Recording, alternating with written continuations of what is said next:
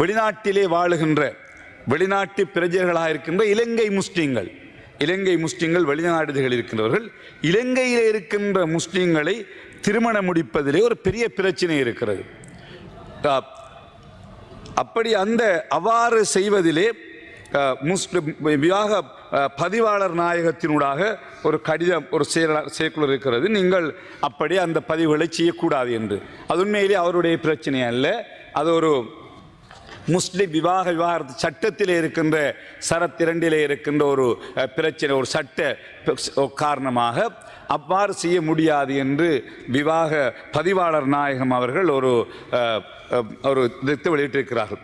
ஆகவே இதனூடாக இந்த விவாக பதிவாளர்களுக்கு அனுப்பப்பட்ட சுற்றுருவத்தினூடாக வேண்டிக் கொள்ளப்பட்டுள்ளது. அதன்படி முஸ்லிம் விவாக பதிவாளர்கள் அத்தகைய திருமணங்களை பதிவு செய்வதை தவிர்த்து வருகின்றனர். இதேவேளை இருவரும் முஸ்லீம்கள் என்பதால் அவர்களின் திருமணங்களை பொது திருமண சட்டத்தின் கீழ் பதிவு செய்ய வேண்டிய தேவை இருக்கிறது. வெளிநாட்டு பிரஜை ஒருவர் இலங்கையில் உள்ள சட்டத்தின் பிரகாரம் விவாகம் செய்ய வேண்டும் என்றால் பதிவாளர் நாயகத்தினூடாக பாதுகாப்பு அனுமதி அறிக்கையை பெற வேண்டும். அவ்வாறான அறிக்கை ஆனால் முன்பு இந்த பாதுகாப்பு அனுமதி அறிக்கையை முஸ்லிம்களுக்கு எந்த நிபந்தனையும் இல்லாமல் பதிவாளர் நாயக திணைக்களம் வழங்கி வந்தது. ஆனால் அண்மை காலமாக தற்போது பாதுகாப்பு அனுமதி அறிக்கையை வழங்குவதாக இருந்தால் ஒரு முஸ்லிம் தான் ஒரு முஸ்லிம் இல்லை என்று ஒரு எஃபிடேவிட் வழங்க வேண்டும் என்று இப்பொழுது சொல்லுகிறார். குறிப்பாக இங்கு என்னிடத்தில் இருக்கிறது அமெரிக்காவிலே வசிக்கின்ற இலங்கையைச் சேர்ந்த ஒரு முஸ்லிம் அமெரிக்கன் சிட்டிசன். அவர் அந்த எஃபிடேவிட்டிலே அவர் ஐ hereby declare that I do not practice, adhere to or belonging to any particular religion.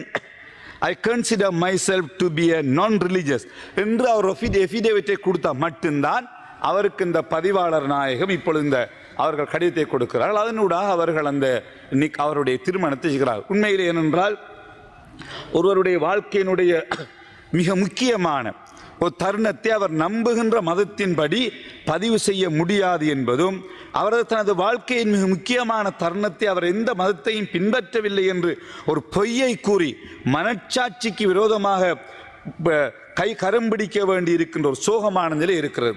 கௌரவ அமைச்சர் அவர்கள் எனவே முஸ்லிம் திருமணம் மற்றும் விவாகரத்து சட்டத்தின் 2வது பிரிவு திருத்தப்பட வேண்டும் என்றும் அத்தகைய திருத்தம் செய்வதற்கான நடவடிக்கைகள் உடனடியாக நீங்கள் மேற்கொள்ள வேண்டும். அந்த சட்டம் திருத்தம் செய்யப்படுகின்ற வரை நீங்கள் முஸ்லிம் திருமணம் மற்றும் விவாகரத்து சட்டத்தின் 2 திருத்தப்படுகின்ற வரை வெளிநாட்டில் வசிக்கின்ற இலங்கை முஸ்லிம்களுக்கும் இலங்கையுடன் திருமணம் செய்வதற்காக நீங்கள் கடந்த காலங்களில் எவ்வாறு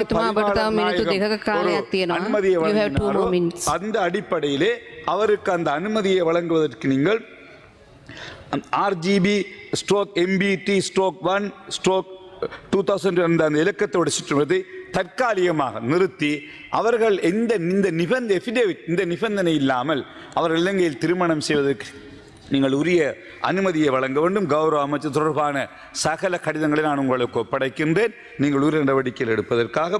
ஆகவே ஏனென்றால் இது மார்க்கத்தில் ஒரு முக்கியமான பிரச்சனை. இஸ்லாமிய மார்க்கத்திலே ஒருவர் நிக்காஹ் செய்வதாக இருந்தால் திருமணம் செய்வதாக இருந்தால் அவர் மகர் கொடுக்க வேண்டும். முதலாவது சட்டம்.